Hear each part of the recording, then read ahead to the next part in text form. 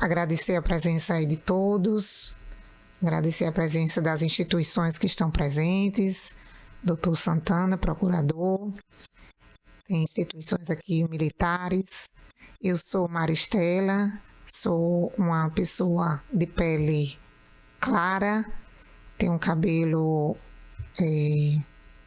meio louro, uso óculos escuro, um óculos preto, estou numa sala na frente do computador, na primeira Câmara Cível do Tribunal de Justiça do Rio Grande do Norte.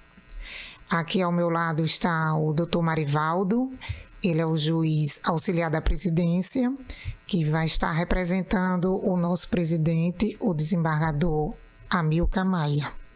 Presente também na reunião se encontra o nosso juiz corregedor, doutor Paulo Maia, e o nosso juiz coordenador das metas nacionais, doutor Bruno Montenegro, presente também na reunião. Senhoras e senhores, nós estamos fazendo essa audiência pública para fazer uma coleta, na construção das metas nacionais. É a primeira vez que o TJRN faz essa audiência pública. Todos os anos a gente disponibiliza uma consulta, mas esse momento de presencial, e online, de poderem fazerem suas contribuições de forma participativa, está sendo pioneira aqui no TJRN. Então, a gente espera que, se vier sugestões, que sejam apuradas e compiladas para que a gente possa mandar todas as sugestões bem-vindas para o Conselho Nacional de Justiça. Então, nós representamos aqui um subcomitê. O TJRN está dentro do subcomitê Nordeste, então a rede de justiça estadual, ela faz essa compilação de informações e a gente leva para o CNJ para que seja feita todas as suas considerações e ponderações para saber se a meta vai sofrer alteração ou vai permanecer do jeito que está. Então, a ideia é que a gente olhe todas as metas na apresentação que nós vamos preparar e a gente possa ver se as metas permanecem ou tem algum tipo de sugestões que vocês queiram contribuir. Vou passar aqui a palavra para o doutor Marivaldo. Bom dia a todos e todas. Meu nome é Marivaldo Dantas de Araújo, eu sou juiz de direito aqui do TJ do Rio Grande do Norte e juiz auxiliar da presidência. Estou representando o presidente, o desembargador Amilcar Maia, em nome de quem eu agradeço a presença de todos vocês. A doutora Andréa Toscano está aqui também, nossa diretora-geral, Rafael, diretor de administração, enfim, vários servidores aqui presencialmente e muitas pessoas por videoconferência. Maristela, eu sou um homem branco, com barba, careca, estou com um terno cinza escuro, uma gravata de cor bordô. Bom, o objetivo da audiência pública já foi bem explanado por Maristela. Nós vamos mostrar aqui uma apresentação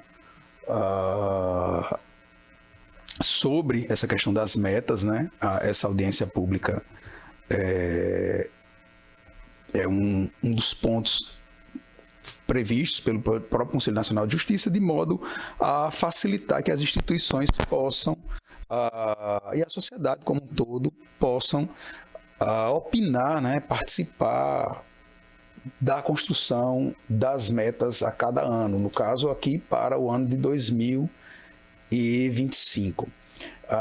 Doutor Paulo, doutor Bruno, se quiserem, tem a palavra.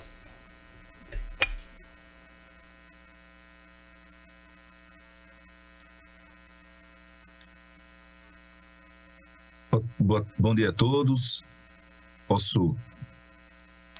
Bruno Montenegro. Cumprimento todos os presentes, na pessoa do Dr. Marivaldo, que hoje está presidindo os trabalhos, e já registro desde então a importância de promover esse debate mais sofisticado sobre as metas do Conselho Nacional de Justiça em cada localidade, é que essas metas, elas não raras vezes significam o adensamento de prioridades pelas gestões dos tribunais e a possibilidade de esse debate ser travado em cada tribunal talvez seja uma iniciativa inovadora e me parece que muito bem-vinda. E assim, eu peço já venha para fazer a primeira sugestão, fiz a leitura atenta aqui das metas, que o CNJ vem chamando de metas pétreas, já que são fixadas e a cada ano paulatinamente renovadas, apenas com a atualização do ano de referência e dos percentuais, para sugerir, para que, obviamente, com a deliberação dos participantes e sempre nesse diálogo diagonal, sugerir a inclusão de uma proposta referente ao júri. E digo isso porque recentemente estive no Conselho Nacional de Justiça, a mando do Tribunal de Justiça do Rio Grande do Norte, e foi debatido naquela ocasião o Mapa Nacional do Júri. E ficou muito claro que em todo o Brasil, em que pese o júri veicule e trate do bem maior do ordenamento jurídico brasileiro, que é a vida, inclusive é o capítulo inaugural do Código Penal, na parte especial, estão lá elencados os crimes dolosos contra a vida, ficou assentado e inequivocamente demonstrado nessa reunião do CNJ com todos os tribunais que os processos do Tribunal do Júri, até mesmo pela complexidade do procedimento, que é bifásico, eles hoje, com exceção das execuções fiscais, talvez sejam aqueles cujo trâmite procedimental é mais alongado. E antes, até 2017, existia, doutor Marivaldo, a fixação de metas do ENASP, que eu não sei por qual razão, motivo ou circunstância, deixou de ser fixada. Portanto, me parece uma ótima oportunidade para que o Tribunal de Justiça do Rio Grande do Norte venha sugerir a inclusão como meta, como prioridade, como objetivo a ser atingido, a agilização e fixação de critérios que possam, ou indicadores que possam nortear a priorização de julgamentos pelo Tribunal do Júri e, obviamente, justificada com todas as dificuldades que acompanham o procedimento e o rito, que, de fato, é mais complexo, mais alongado, então precisa, a meu sentir, de uma atenção qualificada. Então, eram essas minhas considerações, agradeço a todos. Obrigado, doutor Bruno. O senhor estava falando, eu estava lembrando exatamente. A ENASP é a Estratégia Nacional de Segurança Pública, né? Digamos assim, um multipartite, né? Eram vários órgãos que participavam, o Ministério Público, o Judiciário, o Ministério da Justiça, né? Enfim, N entidades, e acho que a ENCLA também, que também é uma estrutura sobre a questão de... enfim, e realmente parou de ser colocadas essas metas da ENASP de julgamento, que inclusive levavam à existência de semanas de júri, mutirões de júri, etc. Eu acredito que um dos motivos é porque, de certa forma, já está dentro da meta 2, né? De julgar os processos mais antigos, etc. Mas eu entendo o lado do senhor. Teoricamente, esses processos eles deveriam ter uma prioridade maior do que processos de outros tipos, né? Até pelo bem da vida, que é o principal, né? Digamos, penalmente protegido. Excelente a sugestão, será considerada. Doutor Paulo, o senhor deseja falar? Bom dia a todos, vocês me ouvem? Sim. Ótimo.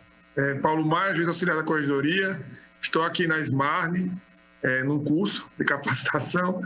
Estou exercendo aqui o fenômeno da ubiquidade, né, de estar presente em mais de um local ao mesmo tempo. Ainda tem uma palestra na seguinte aqui, né, no auditório. Mas não poderia deixar de estar aqui representando o Desembargador Amauri, porque nesses encontros nacionais que a gente já vem participando há alguns anos, inclusive juntamente aí com o doutor Marivaldo, quando também fazia parte aqui da Corregedoria, o que nós percebemos é que tanto nos encontros preparatórios, quanto na data efetiva em que as metas são fixadas, muita coisa chega já pronta e não há muita discussão.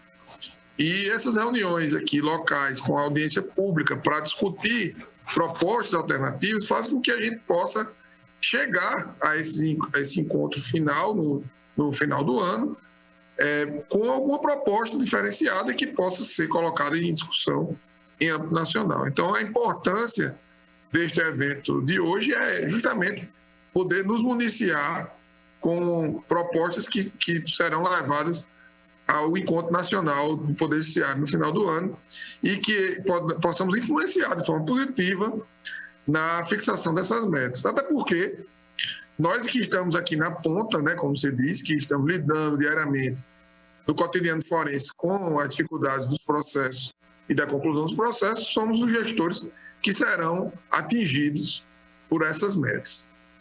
Eu achei interessante o termo metas pétreas, que é como começa a apresentação aqui, em relação a essas metas 1 e 2, que a gente considera chamadas metas de produtividade, né, que elas estão aí sempre da mesma forma, com acréscimo apenas ou alteração de percentual e de ano, como já foi dito aqui pelo doutor Bruno Montenegro, e que são levadas em conta pela Corregedoria para até classificação das unidades judiciais. Então, são metas talvez as mais destacadas. A meta 2 é, sem dúvida, a meta que mais é falada e mais chama a atenção, mas a meta 1 também é algo que se busca diariamente. E que uma sugestão, até que eu digo aqui, mais para além da própria fixação da meta, mas para cumprimento delas, né, que eu acho que também é uma boa oportunidade de tratar disso, é o acompanhamento pelo GPS Juiz. Fazer um acompanhamento mensal, trimestral, e a partir dos resultados obtidos, ou procurar um engajamento maior em uma das metas para cumpri-las, ou até mesmo colocar ela em segundo plano para cumprir outra que esteja pendente. Então, essa parte de gestão é muito importante. E quanto às sugestões específicas dessas duas primeiras metas, percebo aqui que apenas tem uma proposta de sugestão em relação à meta 2, que é de acrescer um ano, né, julgar os processos até 31 de 12 de 2024, 70%, e todos os processos de conhecimento pendentes há mais de 6 anos, ou seja, após 2018. E a proposta que está aqui apresentada é de manter os percentuais de cumprimento e acrescer um ano de referência. Era isso que eu tinha para colocar aqui nesta reunião e já eu volto lá para a aula. Obrigado a todos. Doutor Marivaldo, se puder fazer só um acréscimo sobre a... Claro. Só para depois, do doutor Bruno, eu gostaria de retomar a palavra só para a gente tentar estabelecer os critérios para a participação das demais pessoas que não estão aqui, né, para a gente poder ter uma coisa ordenada. Pois não, doutor Bruno? Não, com relação aos processos de competência do júri, qual é a minha preocupação? Só para justificar, e eu sei que esses processos estão, de certa forma, incluídos na meta 2. Mas veja, para uma unidade judiciária e essa priorização que a meta representa para a gestão, tanto do juiz como da secretaria, talvez seja inconsistente a gente manter o processo do júri unicamente ligado à meta 2, porque para a unidade o valor atribuído àquele processo, ele vai ser o mesmo de um processo criminal simples, simplificado. Então, com essa, obviamente, que a meta, ela significa uma diretriz a ser seguida e que o juiz ele tem a liberdade de administrar a unidade da forma que lhe aprovém. Mas, veja, a Corregedoria tem, com lastro nessas metas, ela faz uma cobrança, em certa medida, explícita. E aí, para o juiz, no momento do cumprimento da meta, será, eventualmente, mais conveniente ele julgar processos criminais mais simples, já que não tem diferença de indicador. Então, é melhor julgar um processo de tráfico com um réu ou um homicídio, que ele vai ter um trabalho de uma semana para poder fazer um júri, sendo que indicador, isso vai representar o mesmo cumprimento de meta. Por isso que me parece ser muito apropriado a gente sugerir uma meta específica para o júri, porque aí sim, no momento, no GPS JUS, vai ter o cadastro, né, daquela meta específica e vai ser, de fato, um equacionamento de uma situação extremamente específica, retirando da vala comum da meta 2. E outra sugestão, aliás, até eu achei muito apropriada também a questão da atualização da meta 4, porque com a alteração da legislação, da lei de improbidade administrativa, há agora uma preocupação, pelo menos a partir de 2021, com as prescrições, né? As prescrições, sobretudo as prescrições intercorrentes.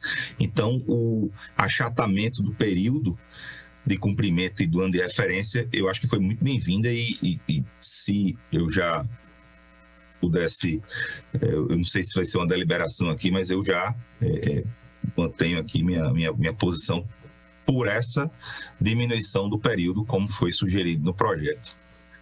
Perdendo o mandato até 2023, porque antes sempre eram 4 anos para trás, agora, nesses processos específicos, o período de cumprimento está menor.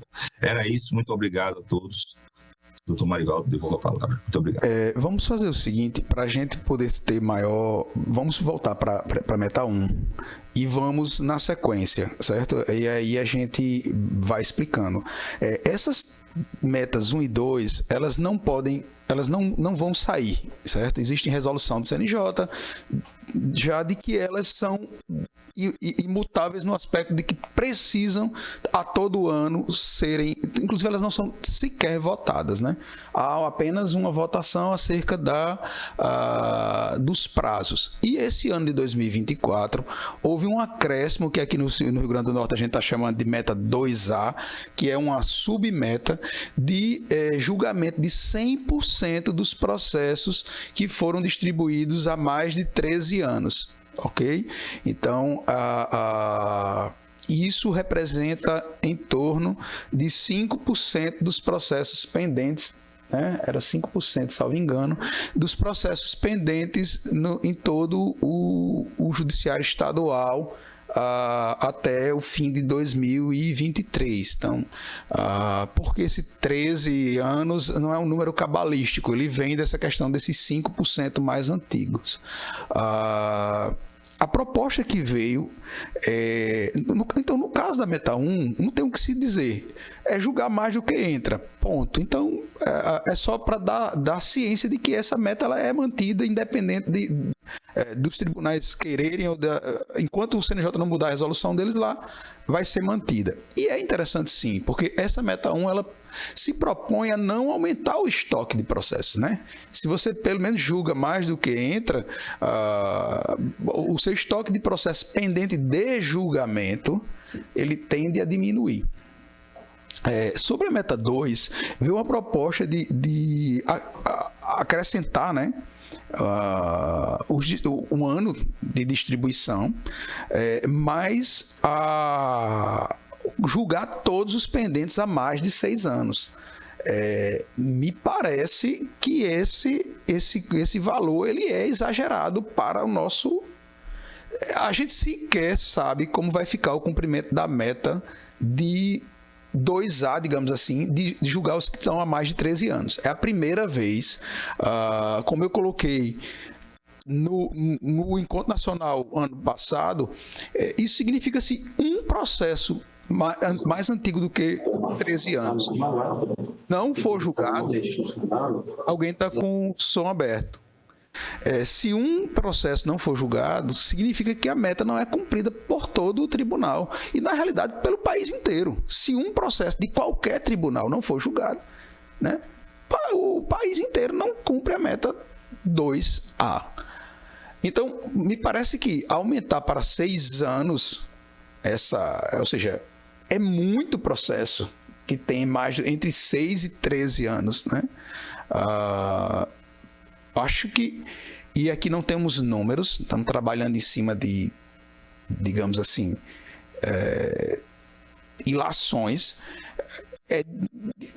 no máximo 2 anos a mais, sei lá, em vez de julgar os que estão há mais de 13 anos, fora o fato de que quando você anda um ano para frente, e eu digo que é julgar mais de 11 anos, na realidade eu estou aumentando 3 anos. o ano que se passou, né? E os 2 anos que a gente reduziu da meta. Não sei se vocês conseguem captar isso, porque se era ao fim de 2023 os que estavam há mais de 13 anos, quando chegar ao fim de 2024 e se fosse mantido mais de 13 anos, você na realidade estaria pegando mais processos. Se você bota, digamos, para a mais de 11, você já está pegando 2 anos a menos e mais o ano de 2024, ou seja, na realidade você está reduzindo, aumentando o percentual de processos em 3 anos. Então me parece que uma boa proposta para a gente era colocar a mais de 11 anos, né? Que aí seria, em vez de 2010, né? A gente iria para 2012, né? 2012, por aí. E aí eu abriria a palavra, cada pessoa que deseje falar, esteja ou presencial ou na videoconferência, levanta a mão, né? Seja fisicamente ou pelo nosso sistema, e fala sobre essa questão da meta 2 no primeiro momento. Depois a gente vai passar para as demais metas. A cada momento a pessoa fala da meta que estiver sendo projetada. Ao final, doutor Bruno, a gente falaria sobre essa sua proposta da meta para votar. Eu acho que, como é uma proposta nova, a gente deixaria para o final. O senhor defendeu brilhantemente já a sua proposta e poderá fazê-lo novamente. O que é que vocês acham? Se tiver alguém que queira falar, por favor, é só levantar a mão ou no aplicativo ou localmente. Gostaria só de lembrar que a nossa audiência pública está sendo gravada pelo YouTube, está sendo ao vivo, e para aqueles que desejarem assistir posteriormente, é só entrar no canal do TJRN. E agradecer aqui a presença dos 2 secretários, a secretária-geral Andréa Campos e Rafael, secretário de administração, Rafael Chua.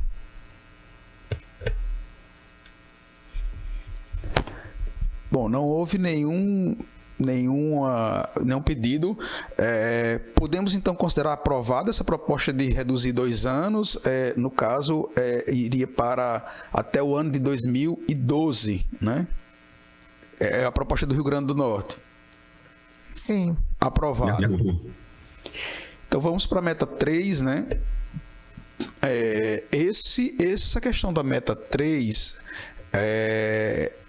sempre ela vem sendo aumentar o indicador do índice de conciliação do Justiça em Números em 1 ponto percentual em relação a 2023. E a cláusula de barreira é 17% do índice de conciliação. Um primeiro ponto que eu tenho que passar para vocês é como se calcula esse índice de conciliação. A gente, quando eu digo a gente, é a administração do tribunal e eu mesmo, enfim, a SGE aqui, a gente sempre tem levado ao CNJ a proposta de mudança dessa forma de cálculo, como era até ano passado. Todas as sentenças em processo de conhecimento, em processo da fase de conhecimento, era o denominador, né? Vamos lembrar aí de fração, ou seja, é a parte de baixo da fração. E as sentenças cujos códigos de movimentação signifiquem acordo, e aqui tem várias na tabela unificada, seriam o numerador, a parte de cima da fração. E aí, dividindo isso, multiplicando por 100, você encontra o percentual de conciliação dentro do judiciário. Essa fórmula já era complicada, para não dizer que ela era ruim, porque você bota no mesmo balaio, digamos assim, processos que são passíveis de conciliação e processos que não são, né? Por exemplo, é praticamente impossível você ter conciliação na área de fazenda pública. A gente sempre entendeu que deveria ser no denominador, na parte de baixo aí da fração, apenas as sentenças em processos passíveis de conciliação. E no numerador, as sentenças homologatórias nesses tipos de processo. Mas nunca passou. E esse ano a situação ainda piorou, porque agora é apenas a primeira sentença homologatória dividida pela quantidade de sentenças de primeiras sentenças em todos os processos. Então, o índice de conciliação ele tende a cair ainda mais. O nosso tem ficado em quanto, gente? Me auxilia aí. Mas é bem abaixo desses 17%. 12%, 14%, não chega... Né? Inclusive baixando o valor. Então, a nossa proposta, primeiro, era a mudança na forma de cálculo. Isso aí já vem sendo levado várias vezes ao CNJ. Existe um grupo de parametrização desses números do CNJ. O TJRN tem assento, somos eu e a servidora Patrícia Carina aqui. Ou é Carina Patrícia? Eu nunca me lembro do seu nome com a sequência. Carina, Patrícia, Carina. E aí, que eu chamo indistintamente dos dois nomes. Tem hora que é Carina, tem hora que é Patrícia. Então, a gente precisaria que isso mudasse. Mas se não muda, a ideia é manter esse nível, né? Não é possível. Inclusive porque é para reduzir mais um ponto percentual em relação ao que já tinha do ano passado. E eu acho que talvez a gente nem cumpra esse ano, no caso do TJRN, essa diretriz e... enfim, a proposta é essa porque a gente sabe que a conciliação é muito importante, né? A gente sabe, tem consciência de que a conciliação é muito importante. Alguém quer falar sobre a meta 3?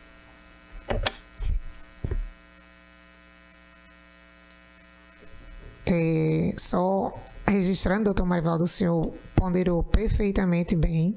É uma meta que a gente vem ao longo desses anos tentando mudar. Então, assim, ainda não conseguimos. Então, eu acho que a votação é aprovar e manter a meta do jeito que ela se encontra hoje. Alguma oposição? Então, aprovado.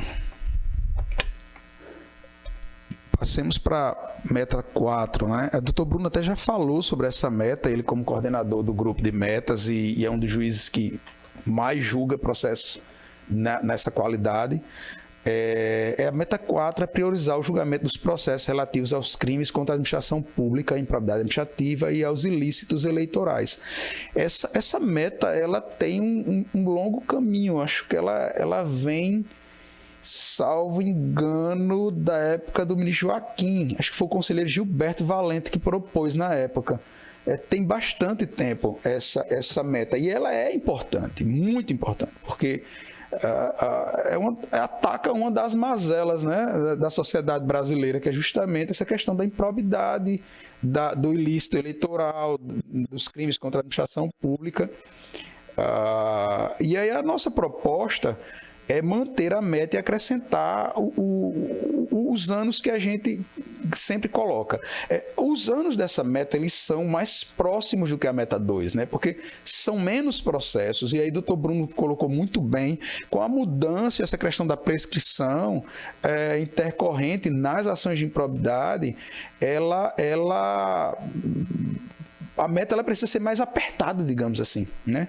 Ela realmente precisa, como o senhor bem colocou, doutor Bruno, acrescentar esse ano a mais, né, do que a gente vem fazendo automaticamente, justamente pela mudança de cenário, né? Ou seja, a questão tá mais complicada. A gente sabe que existem processos que são difíceis. Acho que o doutor Bruno até quer falar mais sobre isso, porque ele julga muito processo desse tipo daí. Então, com a palavra, vocês todos, acrescentar os anos vindouros significa aumentar um pouco mais, né, Marcela? É essa a proposta da PAIM, que combina com a proposta que o doutor Bruno colocou. Doutor Bruno, se o senhor quiser falar, por favor, tem a palavra. Doutor Marivaldo, só ratificar aí o que foi posto pelo senhor, porque, de fato, as atualizações na Meta 4 sempre eram as atualizações automáticas. Julgar até 31 de dezembro de 2023, aqueles processos distribuídos até 2019. Virava o ano, atualizava.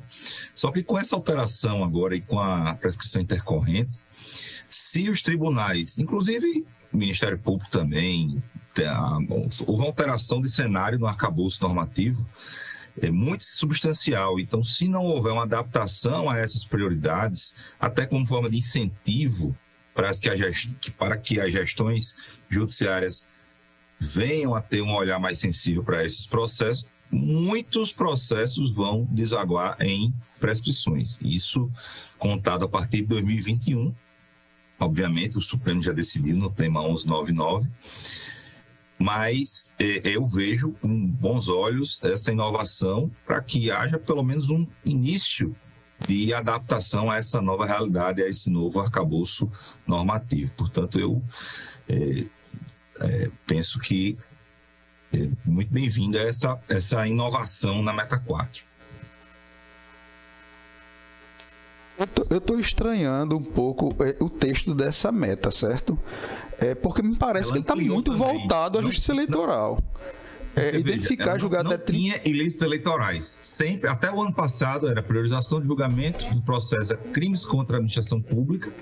Inclusive, a meta, ela dizia especialmente peculato, corrupção enfim, concussão, acho, e improbidade administrativa. E agora eles colocaram ilícitos eleitorais.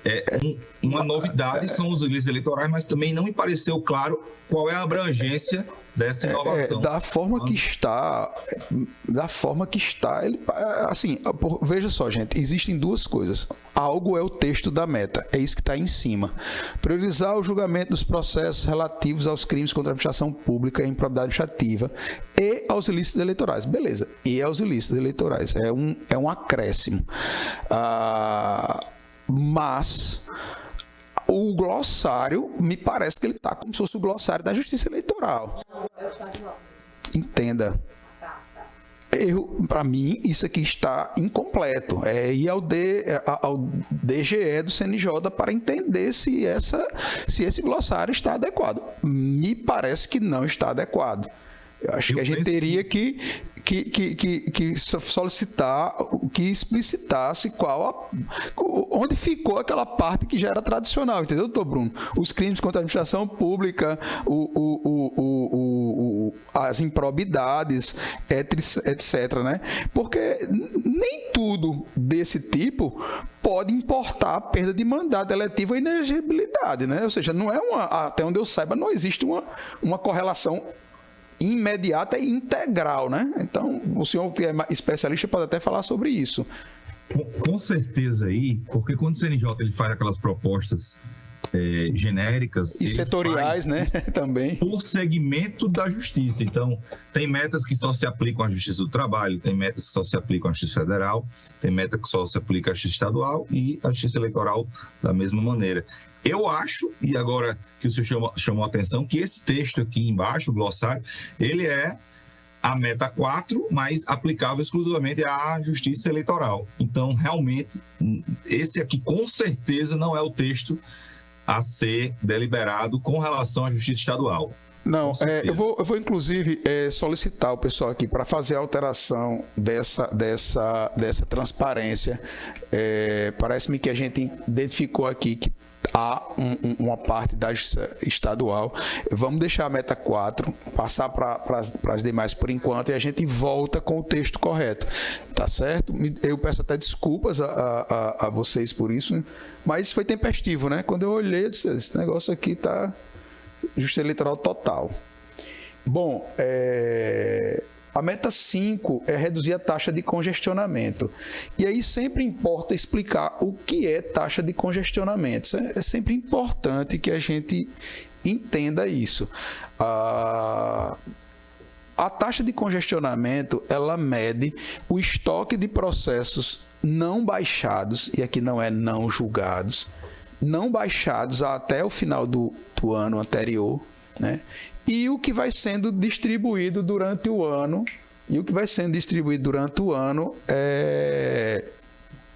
Ele vai se somando nesses estoques de pendentes de baixa, né? Então, o quanto menor, melhor. Quando a gente diz que existe uma cláusula de barreira de 56%, significa que não é que você não possa baixar além de 56%, é que para principalmente a justiça estadual, que é o caso, 56% significa que a cada 100 processos que entrou no judiciário, estoque mais os últimos 12 meses, 44 deu vazão e 56 estão esperando para serem baixados. Não é nem julgados, é baixados efetivamente, na fase qualquer. E aí a taxa de congestionamento líquida, que tira processos suspensos, etc. Hoje, a questão é sempre reduzindo 0,5% e mantendo a cláusula de barreira. O que isso significa? Que aquele tribunal que está com 60%, ele deveria baixar para 59,5%, pelo menos, que é meio ponto percentual, e assim sucessivamente. Quem chegar a 56%, seja tribunal, vara, gabinete, unidade, ele considera que cumpriu a meta, porque existe uma percepção que descer abaixo de 56% é bem difícil, quem já está em 56%. Claro que a gente sabe que tem unidades que estão em 33%, 40 e poucos por cento, aqui mesmo no tribunal. A gente tem unidades no segundo grau e algumas de primeiro grau abaixo dessa base. Mas a proposta é manter essa meta, né? É manter essa meta da forma que está. E aí eu indago se há alguma proposta, sugestão ou oposição a essa manutenção. Não tem nenhuma contra. Vamos aprovar a meta do jeito que ela se encontra. Por favor, Marcela, passe para a próxima. Algumas metas, elas são setoriais, certo? Por isso que pula números. Por exemplo, a gente está indo para a meta 8, direto, né? Hoje, a meta 8 é de priorização do julgamento de processos relacionados à violência contra mulheres, né? E aí ela é dividida em dois aspectos. Inclusive, doutor Bruno, é interessante que já existe uma meta na questão do feminicídio, né? Que é o homicídio, não qualquer homicídio contra mulheres, em que a vítima é mulher. Existem, digamos assim, circunstâncias que caracterizam um homicídio como sendo feminicídio. E aí a proposta é julgar até o final de 2025, no caso, né, 75% dos casos de feminicídios distribuídos até 31/12/2022. E 90% dos casos de violência doméstica familiar contra a mulher, distribuídos até 31/12/2022 também. Às vezes parece que é tempo demais para um julgamento desses, mas o senhor bem colocou. Primeiro, dificilmente a única meta que trata de totalidade é essa meta 2A, que é uma novidade de 2024. Segundo ponto é que o feminicídio, ele obedece à questão do procedimento do júri, né? É um procedimento muito demorado, com muito tipo de recurso, com possibilidades de atraso muito grande, todos nós sabemos. Então, a proposta é manter esses 75% e também os 90% dos casos de violência doméstica. Veja que não é você conceder uma AMPU, por exemplo, a medida protetiva de urgência, é julgar a ação penal em que se discute algum crime que seja cometido caracterizando violência doméstica contra a mulher. E ali o nome não é nem doméstica apenas, né? É violência contra a mulher, independente de ser doméstica ou não. E é um rol grande, até porque os tipos de violência eles foram se ampliando. Hoje ele envolve violência psicológica, violência institucional, até violência eleitoral, né? Está sendo trabalhada dentro dessa estrutura. E aí tende a aumentar também os crimes tipificados por essa situação. E mesmo assim a proposta é de 90% dos crimes a serem julgados. O TJRN concorda com essa, assim, a administração, né, concorda com essa proposta que veio da rede, né? A rede de governança dos tribunais de justiça, e o encaminhamento é no sentido de aprovar a meta nesses termos. Perfeito, doutor Marivaldo. Alguém quer dar uma palavra?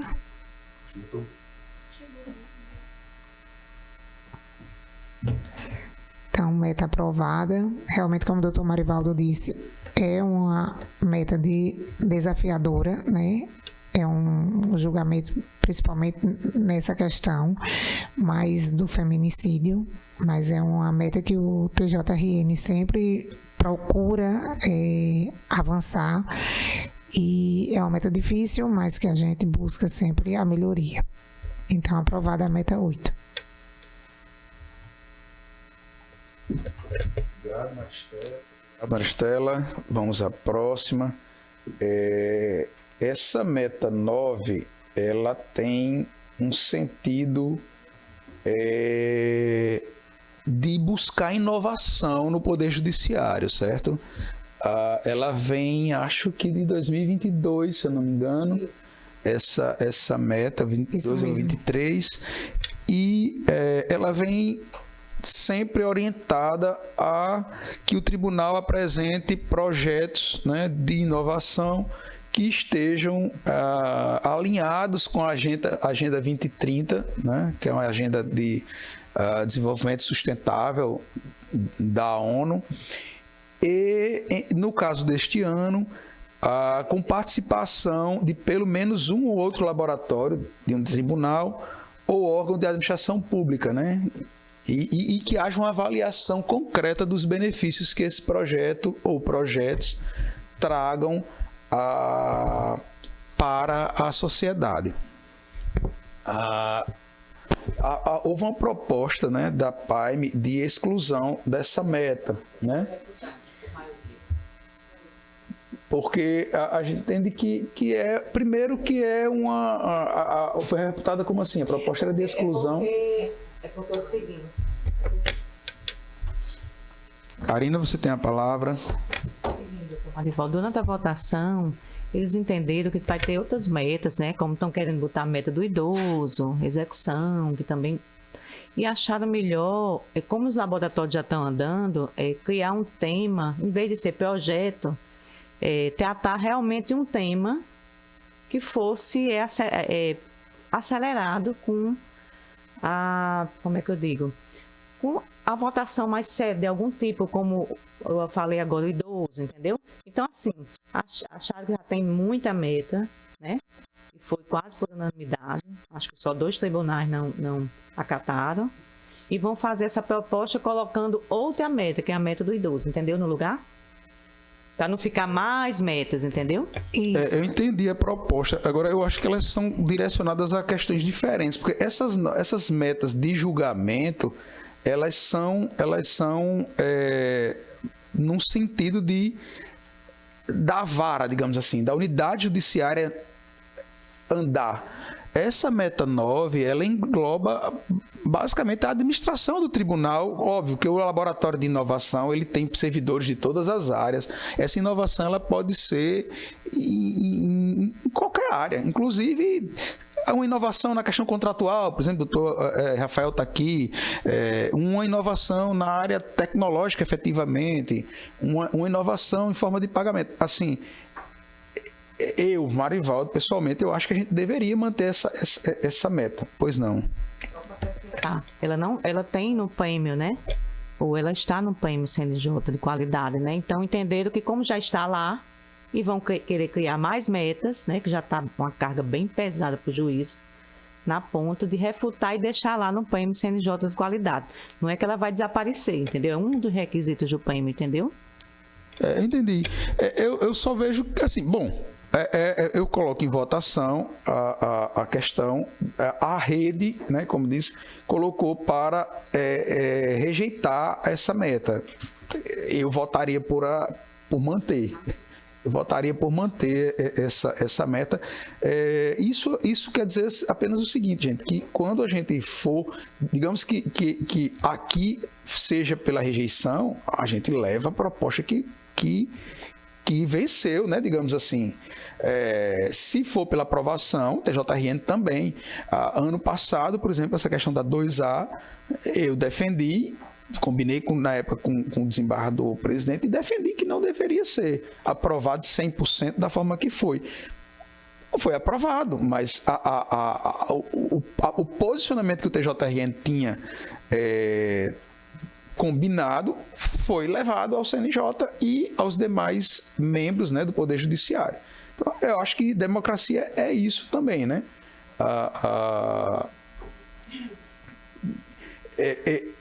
Eu vou colocar aqui no formato contrário.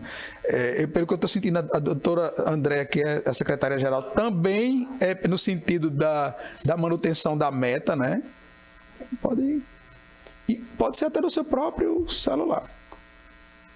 Mas pode vir aqui também, doutora Andréa. Fica à vontade, senta aqui.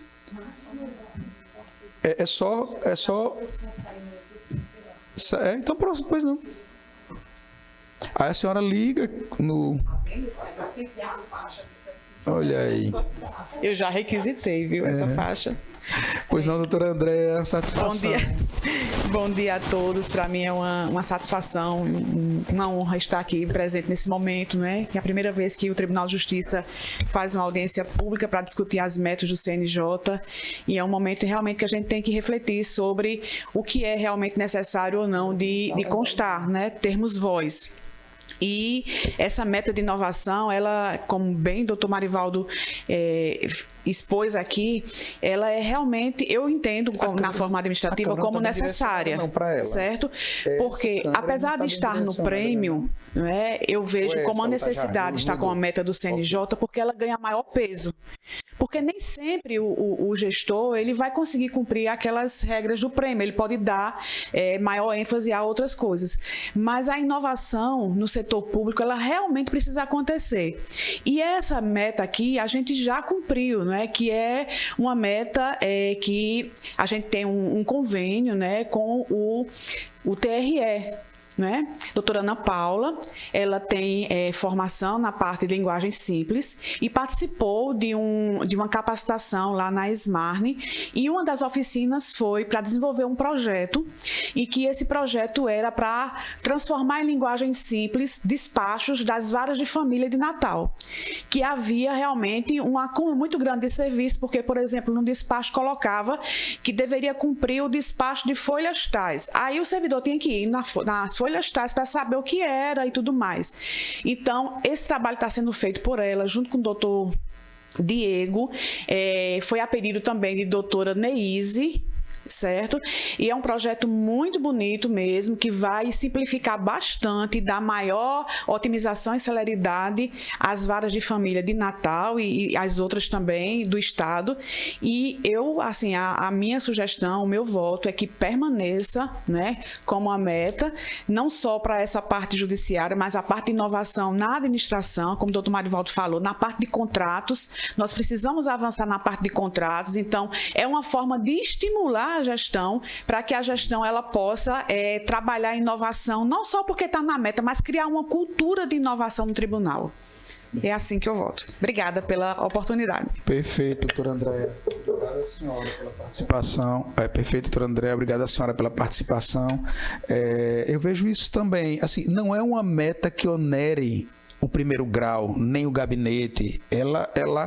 Ok, a gente precisa fazer um esforço maior como administração para cumprir, mas eu acho que o verbo estimular é que é interessante. Eu acho que ela estimula efetivamente a que você faça coisas novas, diferentes, fora do quadrado, como o pessoal fala, o que é muito necessário no judiciário, né? Nós temos uma cultura de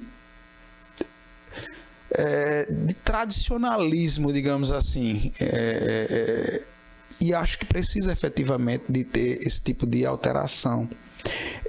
Se não houver oposição, o TJRN coloca pela aprovação da manutenção da meta. Perfeito, doutor Marivaldo. tenho essa mesma opinião. Eu acho que a gente tem que ser inovadora em várias frentes. E ela não inviabiliza o trabalho do judiciário porque é uma meta mais administrativa, mais de gestão. E que só vem trazer um fluxo melhor de como você trabalhava, né? Então, assim, eu acho que é sempre bem-vinda a forma como a meta se propicia. Então, fica então aprovado a Eu meta. acredito que eu estou vendo sem exclusão. O Dr. Paulo Célio aqui, que é o nosso secretário de SOF, né, da Orçamento e Finanças, que é um entusiasta da inovação, do fazer diferente, do fazer melhor. Tenho certeza que ele está voltando para a manutenção dessa meta. Sim, aproveitando aí para agradecer a presença dos secretários do TJ, né, que vieram em peso. Valteís, Judiciária. Gerânio Gomes, da Informática, Dr. Paulo, sejam bem-vindos. Muito obrigado, gente. Bom, passemos para a próxima meta. A meta 10 é impulsionar processos ambientais e relacionados a direitos de comunidades tradicionais. Essa é uma meta, ela tem um sentido. Primeiro, ela está alinhada à Agenda 2030, né? Que é justamente a garantia de direitos de comunidades tradicionais. E aí você tem um amplo espectro. E a questão ambiental, em que muitas vezes elas se correlacionam. No caso de indígenas, por exemplo, às vezes manter o meio ambiente é também manter o ambiente vital, né, para essas comunidades. Não há indicação, a indicação era de manutenção. A indicação é de manter, doutor Marcelo. Manutenção dessa, até porque os percentuais, eles são inicialmente baixos, entre aspas. Por quê? Essas ações ambientais, dependendo da forma que se coloque, elas são ações muitas vezes, por favor, volta, difíceis de julgar, né? Eu lembro muito de um colega que é juiz federal, que parece que saiu agora. Faz quase 10 anos que eu saí do CNJ, e ele me falava, existia um processo na Vara Federal ali do Paraná, das Cataratas, né, que eu não estou lembrado agora do nome da cidade, Foz do Iguaçu, que era sobre o efeito da construção da hidrelétrica. Olha só, o efeito ambiental da construção da hidrelétrica sobre os ribeirinhos e sobre coisas. Só a perícia disso daí levou décadas, porque é um efeito que se protrai, né? Então, como é que você julga algo desse tipo e desse porte? É óbvio que não é toda ação ambiental que tem esse nível de complexidade. Vai ter menos complexas e mais complexas, né? Então, por isso que, em tese, são percentuais mais baixos, e a questão é pela aprovação da manutenção dessa meta, até porque ela tem um efeito de inclusão, né, de comunidades tradicionais, e que muitas vezes os direitos dessas comunidades eles são, digamos assim, negados, né? Se não há nenhuma oposição, não fica aprovada. Meta 11. A meta 11 é justamente, ela também é uma meta tradicional, né? Essa questão da prioridade. Esse ano, inclusive, houve uma proposta de 100%, porque há na Constituição aquela questão da prioridade absoluta da infância e juventude, mas a nossa proposta, inclusive no segundo grau, é de 100%, né? Os processos da fase de conhecimento e nas competências da infância e juventude civil da apuração de ato infracional, distribuído até 31 de 12 de 2022. É 90% do primeiro grau e no segundo grau 100%, né, da fase de conhecimento. Por que a fase de conhecimento? porque a fase de cumprimento das medidas socioeducativas, elas muitas vezes se protraem, né? Você pode, do máximo 6 meses, rever uma medida socioeducativa, mas ela pode ser mantida por mais do que 6 meses. Então, era impossível você prever. Bem, pois não. Tudo bem, Marivaldo? É Arthur. Pois não, Arthur. Bom. Arthur, seu colega da Marne? Claro, o nosso presidente da Marne. Bem-vindo, Arthur. Eu quero dizer a você que não estou acompanhando desde o começo, mas sempre esteve um diretor da Marne presente. Inclusive o próprio Paulo Maia, que falou aí, que também é nosso diretor, me representando. Mas eu quero elogiar a iniciativa pela iniciativa. Uma audiência pública para definir aquilo que interfere nas nossas atividades é extremamente importante, porque muitas vezes se cobra e não se escuta. E aprender a escutar é muito bom na base para poder tomar decisões na cúpula.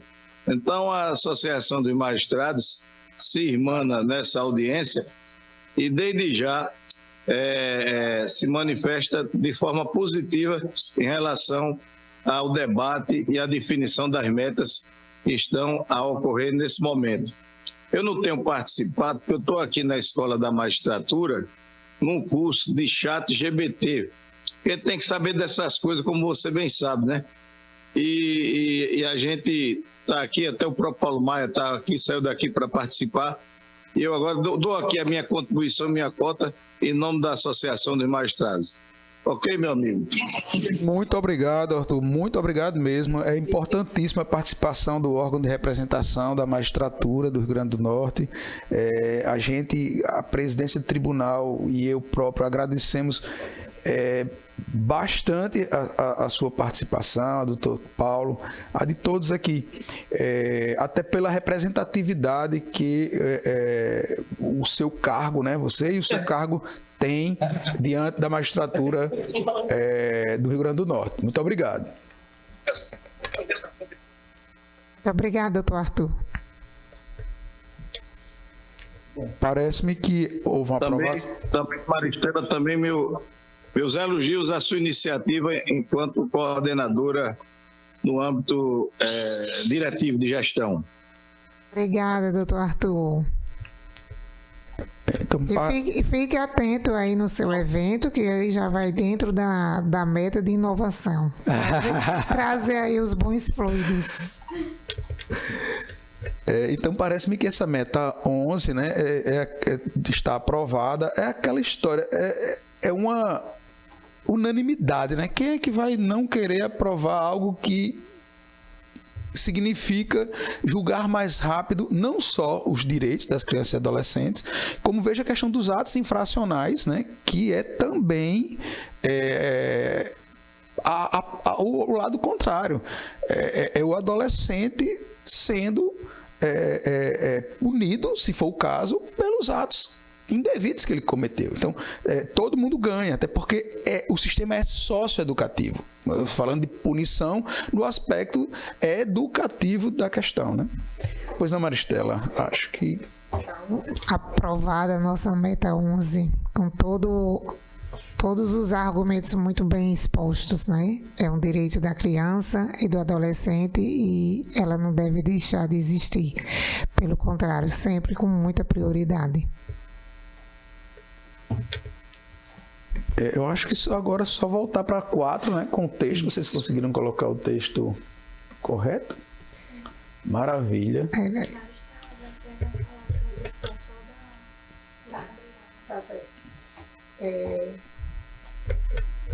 E aí a gente depois vai para a questão do júri, né? A gente trouxe aqui como uma proposta de uma nova meta para 2025. Ah, certo. Eu me adiantei demais. Que foi a proposta do idoso, né? Então, passa a palavra para o senhor. Certo. A rede, né, fez essa proposta de uma meta para 2025 relacionada aos direitos dos idosos, né? E me parece algo bastante salutar. Nós estamos vivendo, nós como país, um processo de envelhecimento da população como um todo, né? Aquela história de o Brasil é um país jovem. Eu acho que a gente, essa janela etária passou para a gente. O país é cada vez a quantidade de idosos no ponto de vista legal, né, acima de 60 anos. Eu digo legal porque hoje, 60 anos de hoje é completamente diferente dos 60 anos dos anos 50, por exemplo, né? Uma pessoa de 60 anos dos anos 50 era, vamos colocar entre aspas, um velho, né? Uma pessoa que já estava com a vida quase no final, né? Idosa mesmo. Idoso no aspecto mais, digamos assim, formal da palavra. Com certeza. Mas, do ponto de vista legal, a pessoa de 60 anos é considerada idosa. E o país está se adiantando nesse processo. E, inclusive, hoje nós temos várias, digamos assim, dispositivos legais com prioridade para o que se chama de super prioridade para idosos acima de 80 anos, né? Ou seja, nós já temos uma nova categoria de pessoas que têm direitos, digamos assim, de priorização em diversos serviços, inclusive o judicial, por causa da idade, né? Então, eu achei bastante salutar e oportuna essa proposta de uma meta desse tipo. Específica. Né? E me parece que a tendência é que esses processos, eles aumentem, né? Minha experiência pessoal, por exemplo, é que é um volume muito grande, por exemplo, na área de direito do consumidor, a área de empréstimos, a área de aquisições não informadas, digamos assim. Isso está muito constante. Até porque nós temos hoje um movimento de um consumo até mesmo pelo celular, né? Então, os idosos, eles passam a ser, muitos deles, um grupo mais vulnerável a uma propaganda enganosa, a uma tentativa, né, de estelionato, ou mesmo a conseguir. Então, eu acho que isso tenho certeza, ele tende a aumentar e me parece que é importante que a gente... É como se a gente estivesse fechando os dois pontos, né? A infância e juventude e a faixa dos idosos tendo uma atenção especial vinculada a essa maior probabilidade de vulnerabilidade. Não é que todo idoso seja vulnerável, mas às vezes a própria idade gera essa vulnerabilidade em muitas pessoas, né? A gente esses dias estava comentando de parentes, pessoas próximas que começam a ter uma dificuldade de percepção e que às vezes não é percebido por uma pessoa que passa. Parece que a pessoa está normal, com total compreensão, né? E às vezes não é bem isso. Bom, já me alonguei, mas eu acho que essa meta, ela tem um sentido de que, primeiro, como bem disse uma amiga, quem não morrer vai ficar idoso, né? E aí a pretensão de todos nós é sermos idosos, né? Então, nós todos vamos chegar nessa faixa e poderemos ter esse tipo de dificuldade também. Me parece que é interessante o Poder Judiciário olhar e atuar de forma diferenciada nessa faixa, né? Concordo, Tom Marivaldo. Eu acho que esse olhar para a pessoa idosa é bastante importante, né? Nós temos nossos pais e vimos a dificuldade e vamos chegar lá também, né? Então, acho que a meta deve ser aprovada. Se alguém tiver alguma objeção, pode levantar, se não, fica como meta aprovada.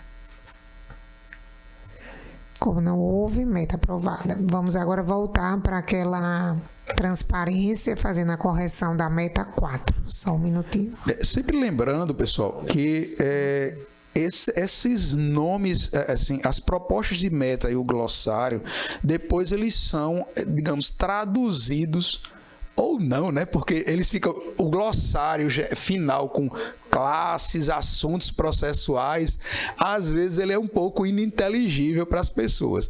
Mas é esse detalhamento final que vai fazer com que a gente consiga identificar efetivamente que tipos de processos estarão. Muito provavelmente, aqui não será por classe e assunto, ou será muito mais relacionado à prioridade que é dada, a prioridade acima de 60 ou a prioridade acima de 80, independente de qual seja o assunto tratado naqueles autos. Porque, na realidade, praticamente todo assunto pode envolver o interesse de idoso, né? Então, não existem, obviamente, alguns assuntos típicos, né?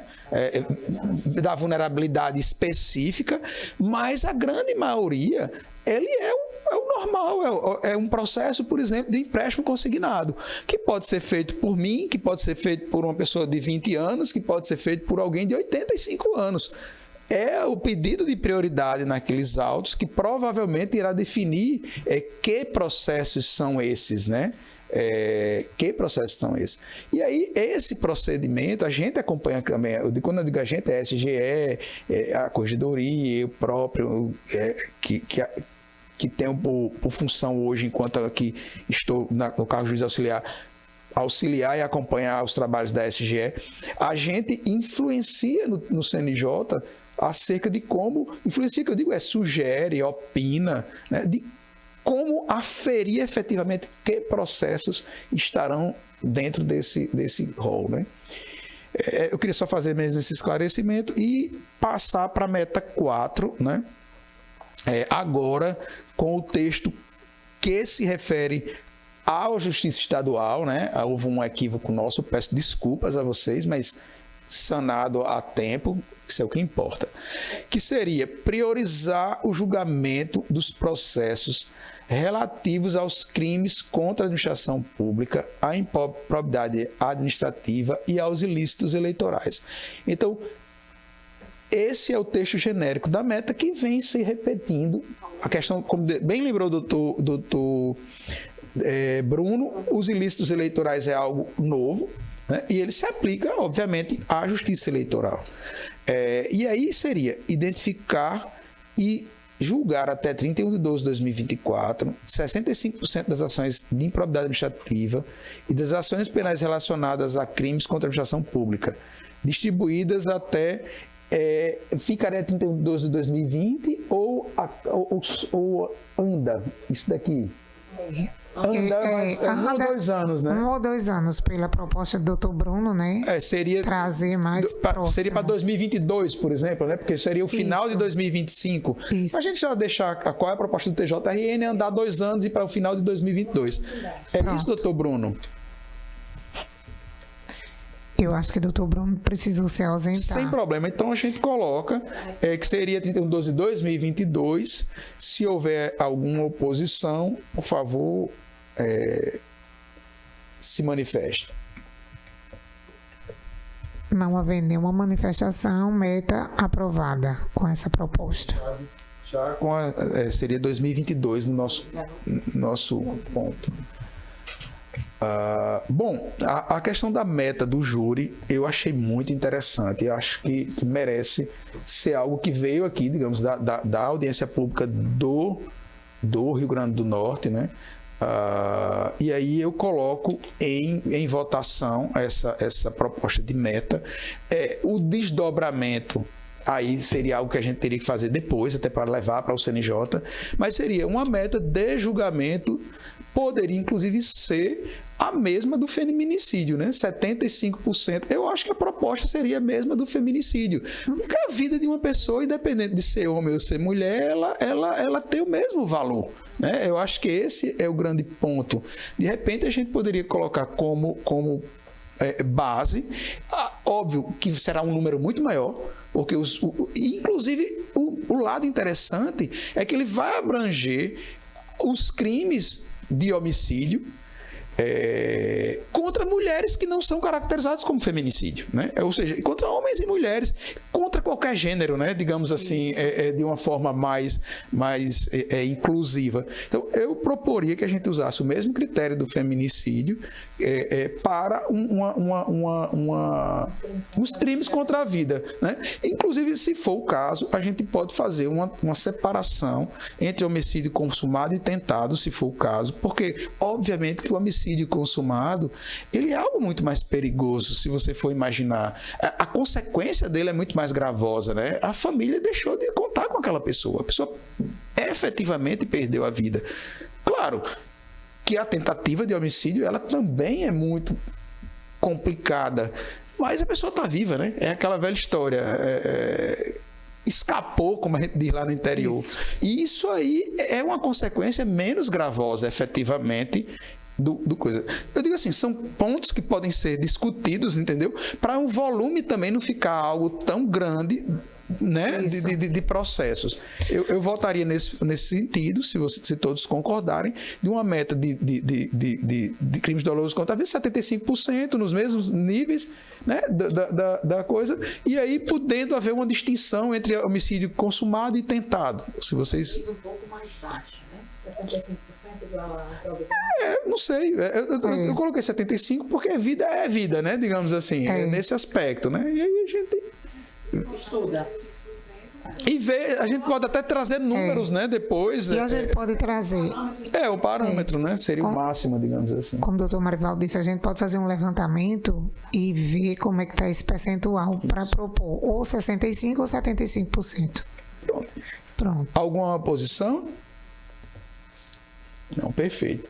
Ou seja, é uma coisa nova, né? Surgindo daqui. Ou seja, a audiência pública ela não é pro forma, ela realmente serve para que as pessoas possam debater, sugerir, opinar. E trazer ideias, E na hora surgem as ideias. Bom, mas agora, Maristela, passa a palavra para você para falar sobre a questão da pesquisa, né? Que é... Isso. Nós vamos fazer uma consulta pública, né? Com toda a sociedade, cidadão, advogado, defensor, Ministério Público, magistrado, servidores.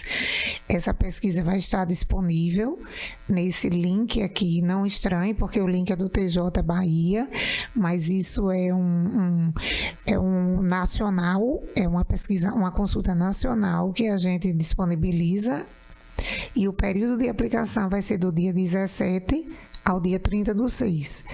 Então, vamos divulgar no Instagram, no Face, em todos os segmentos de mídia do TJRN, para que tenha acesso a todos vocês e vocês possam fazer essa pesquisa. Divulguem e participem. Inclusive, eu sugeriria, o pessoal da comunicação está aqui, que a gente solicite a colaboração das nossas unidades, dos parceiros, né? Porque o Ministério Público coloca no seu site, que divulgue nas suas mídias sociais, a Procuradoria do Estado, as Procuradorias dos municípios, que a gente tem contato por tantas outras formas.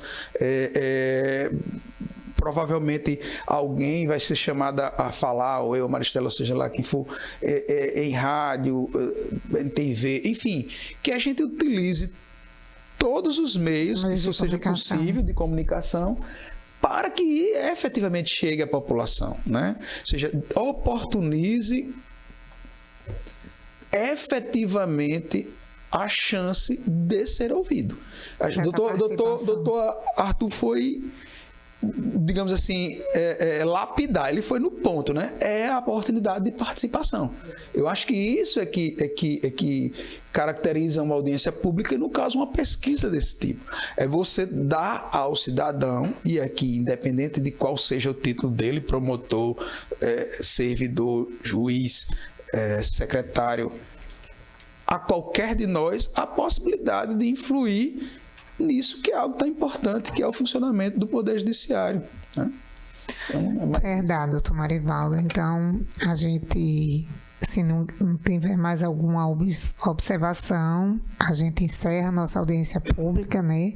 Está dentro do prazo, a gente tinha colocado ela das 9 às 11, porque se houvesse pudesse ser estendida, a gente continuaria dentro do prazo. E agradecer a todos os presentes que vieram aqui contribuir e trazer sua palavra e suas sugestões e opiniões. Muito obrigada a todos e um bom dia. Uma vez, obrigado a todos vocês, a todas, e tenham uma boa sexta-feira. Obrigado.